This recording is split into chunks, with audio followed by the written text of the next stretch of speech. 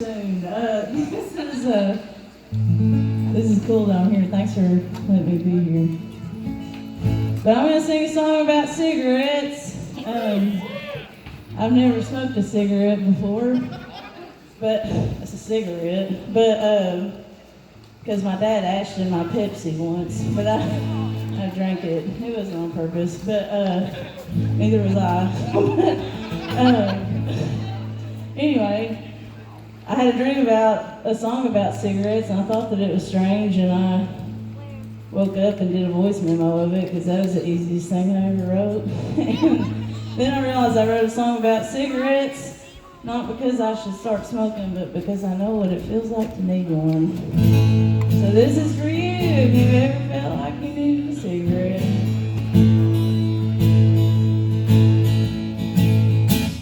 I'm always waking up on the side of the bed, but this room ain't real big, that's the only path I have lived.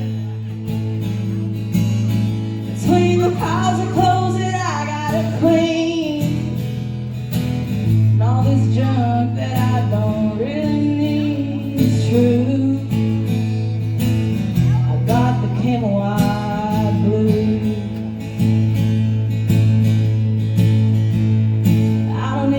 Smoke, but I'm just hoping it'll fix this. A pack of Camel blue should patch the wounds my luck has inflicted. I ain't looking for no love disease, but these days have knocked me to my knees. It's true. I got the Camel blue.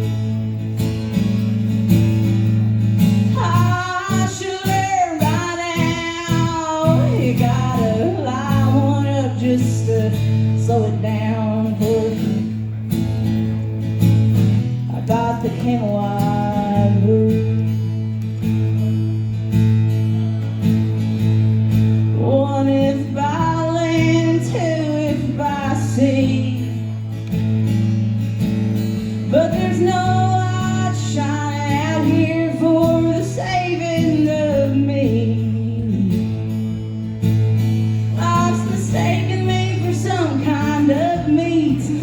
Cause it's trying hard to get a piece of me, it's true. I got the Camel blue. I should learn by now. You gotta lie one up just to slow it down for you.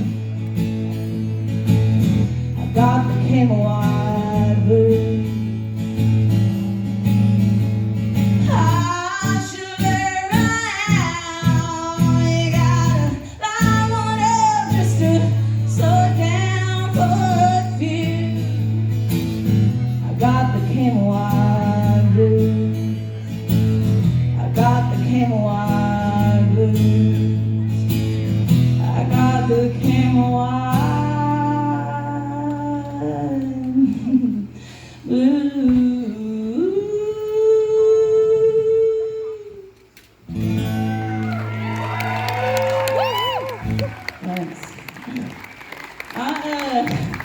I finished the song on the way over here, and I'm half tempted to try. But I was like, you got 10 minutes, and you're going to spend a third of it messing up. But I'm going to try it. So this is like a true story. It didn't happen to me. I'm probably going to mess it up, okay? But someone told me this, and I was like, my God, this is the craziest shit I've ever heard. So, here we go.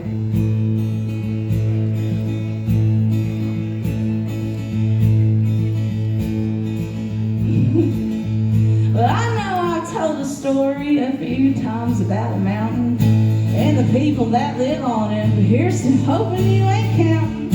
I really gotta tell this one, I swear to you it's true. You can take my word or not, that part is up to you. Well, this fella had an ostrich once. Well, I know what you're thinking. Girl, how'd you have the time to lie before I could get to blinking? Like I said before, you just sit on back and listen. 'Cause I ain't telling stories here like y'all do when you're fishing. But anyway, this ostrich, he was a family pet. And as weird as that may seem, well, you ain't heard nothing yet. The family on this mountain on the bird and didn't hide it. 'Cause their youngest boy at home, he would saddle up and ride it. 'Cause that bird hated about everyone except that little boy, who'd rather ride that bird around than play with any toy. Well, folks would talk about it, and some would come to see. One day that boy and bird, well, they got some company. And that fella who was visiting stayed longer than he should, 'cause his belly started grumbling, so he ran off in the woods.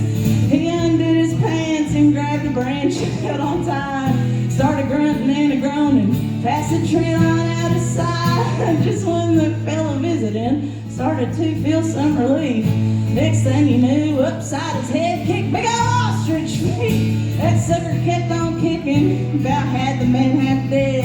He rolled around the ground covered in brown and then red. You get it, the round and the red? Well, it knocked that poor man silly. When he finally looked around, he saw his pants around his ankles and his blood along the ground. He waddled out to safety, and at that moment's when he realized he had took a dump in that daggone ostrich pen. Now that fella, he survived, and I swear that I ain't lying. He still tells a tale about when he thought that he was dying. He said he learned his lesson, and I hope you learn one too. To check all your surroundings before you number two. Well, I probably should have warned you a little better about the story, 'cause it started kind of silly, but just ended up plumb gory. That's folks on Furnace Mountain. You don't know quite what you'll get. There ain't a thing that's in this world them folks would trade for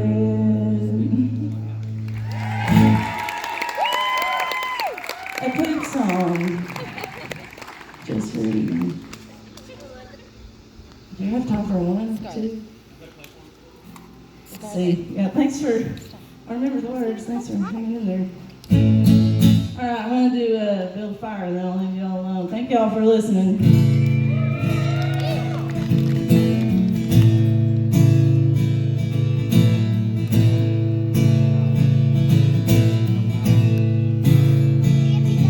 So many years ago, a man without some clothes rubbed two sticks together to ignite a flame and light.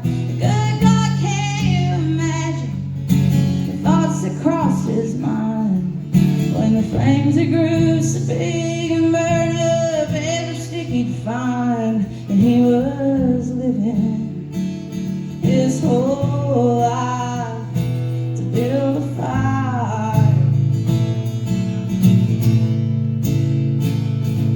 You can learn all about a man by the way he builds a fire. You can learn to turn your head and walk away to go to sleep. But if you stay awake a little while, we can bust the night wide open. This morning's just around the corner waiting there on me.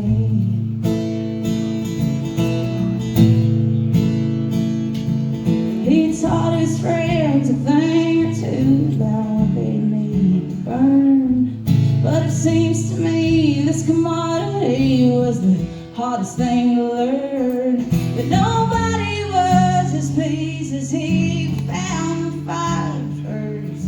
'Cause it ain't as good if it ain't all yours, and that feeling's just the worst. So they were living their whole lives to build a fire.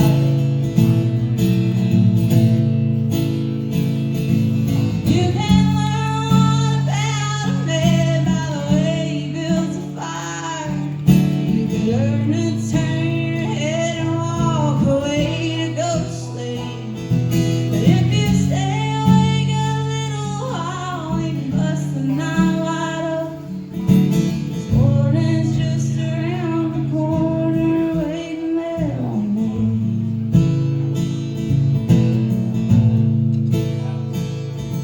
Some woman gathered round him, thinking he could cook her corn.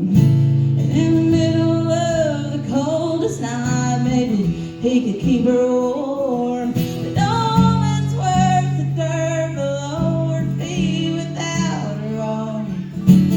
Fire from inside her till she's built it, till it's grown, and she was living her whole life to build a fire. You can learn a lot about a man by the way he builds a fire. You can learn to turn your head and walk away to go to sleep. But if you stay awake a little while, we can bust the night wide open. Morning's just around the corner, waiting there on me.